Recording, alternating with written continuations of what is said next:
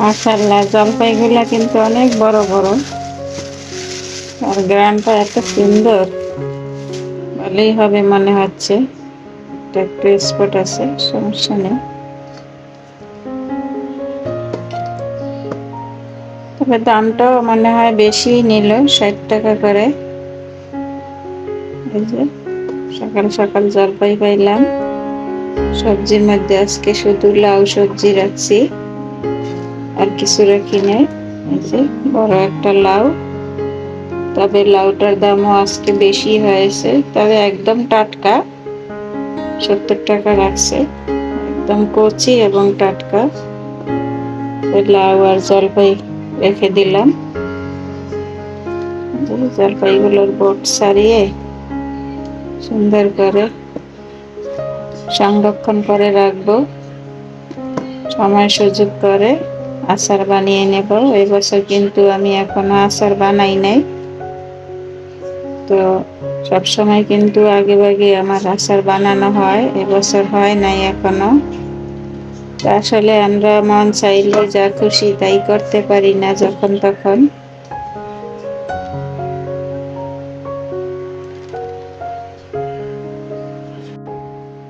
মোরা যে খামো কিনিবু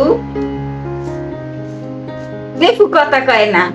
বরিশাল্লা কদু, বরিশাল্লা কদু। আমি তো কদু কিনে হালাইছি, পরে শুনি যে ওই পাশের বাড়ি কদু বেছে, একদম তাজা গাছের টাটকা। হ্যাঁ, তো আর আমি জানি না মানে এটা কেমন হইবে, এটা দিবিসি বিসি। ভাই বোনেরা বরিশাল্লা কদু চেনে? যেটা আপনারা লাউ কন, লাউ, আমরা মোরা বরিশাল্লারা কই কদু। দেখেন কদুটা কিন্তু আজ যে ভালো করে নাই, মরে ঠগাইয়া গেছে বেডায়, বিছিয়েছে। তো বিসিডি দেখা যায় তো করা করা, দেখা যাক কি হয়।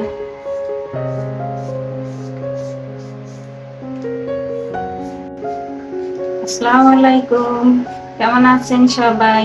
আশা করছি আমার প্রিয় আপু ভাইয়ারা, দিদিমণিরা যে যেখানে আছেন না কেন, কাছে কিংবা দূরে, দেশ কিংবা দেশের বাহিরে, আল্লাহর অশেষ রহমতে সবাই অনেক বেশি ভালো আছেন এবং সুস্থ আছেন। আলহামদুলিল্লাহ, আমিও আমার পরিবারের সবাইকে নিয়ে ভালো আছি। এই তো আপনাদের মাঝে আবার হাজির হয়ে গেলাম নতুন দিনের নতুন একটা ভিডিও নিয়ে। আশা রাখতেছি আমার আজকের ভিডিওটিও আপনাদের কাছে ভালো লাগবে ইনশাআল্লাহ। তো আমার সাথে থাকুন আর দেখতে থাকুন। আর এই যে লাউটা কাটার সময় কিন্তু আমরা শাশুড়ি বৌমা একটু দুষ্টুমি করছিলাম, বরিশালের ভাষা কইতে চাইলাম। কইছে কিনা জানি না। বরিশালে যারা যারা আমার বোনেরা আছো তো জানাইবা কমেন্ট করিয়া। তো এই তো আজকে লাউ কি করব, ভাজি করব আর ডাল রান্না করব, পাতলা ডাল। আর আমাদের মতো মধ্যবিত্তদের আর কি খাবার হতে পারে বলুন তো?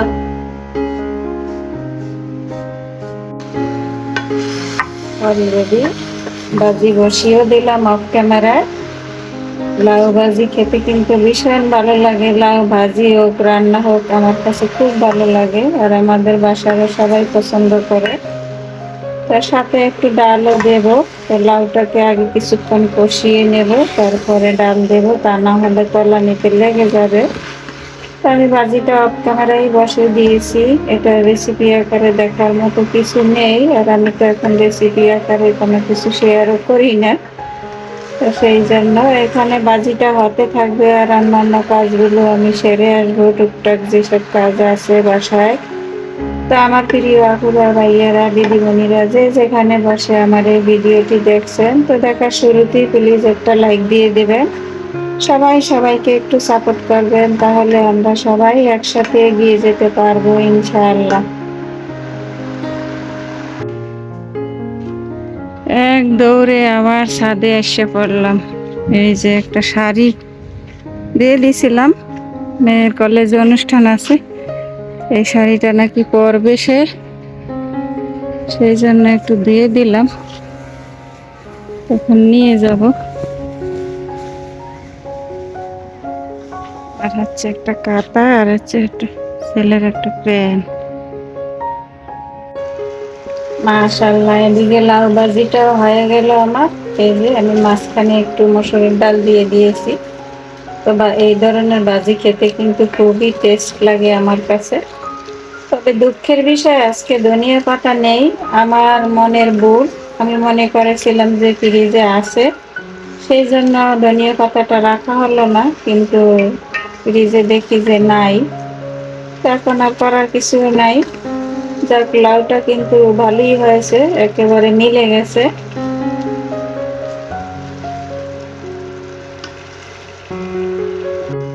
এখন হচ্ছে বিকেল বেলা, আর এই যে বিকেল বেলাতে এই যে সকালবেলা যে জলপাইগুলো রেখেছিলাম, তো সেগুলোই এখন আমি একটু সংরক্ষণ করে নেব। তো দুপুরে আর করা হয় নাই। তো অফ ক্যামেরা তো রান্না বান্না খাওয়া দাওয়া সব কিছু শেষ করলাম। তো এই তো চলে এসেছি এখন এই যে জলপাই গুলোকে একটু সংরক্ষণ করার জন্য। তো আমি জলপাইগুলো সুন্দর করে ধুয়ে ক্লিন করে নিয়েছি। আর এই তো কিছুক্ষণ আগে পানি গরম হতে দিয়েছি, পানিটা গরম হয়ে গেছে। এখন আমি জলপাইগুলো দিয়ে দিলাম। এই 2-3 মিনিট একটু ফুটিয়ে নিলেই হয়ে যাবে।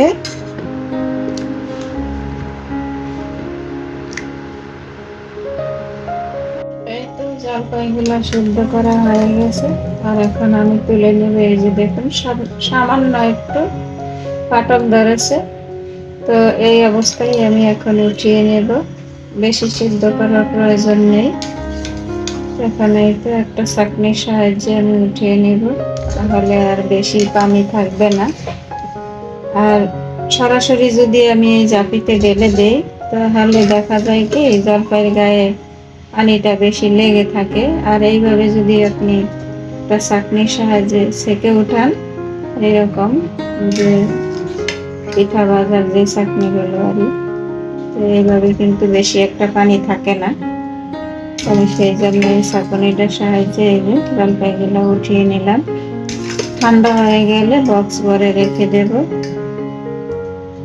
গরম অবস্থায় না। এখন আবার ঠান্ডা হতে লাগবে।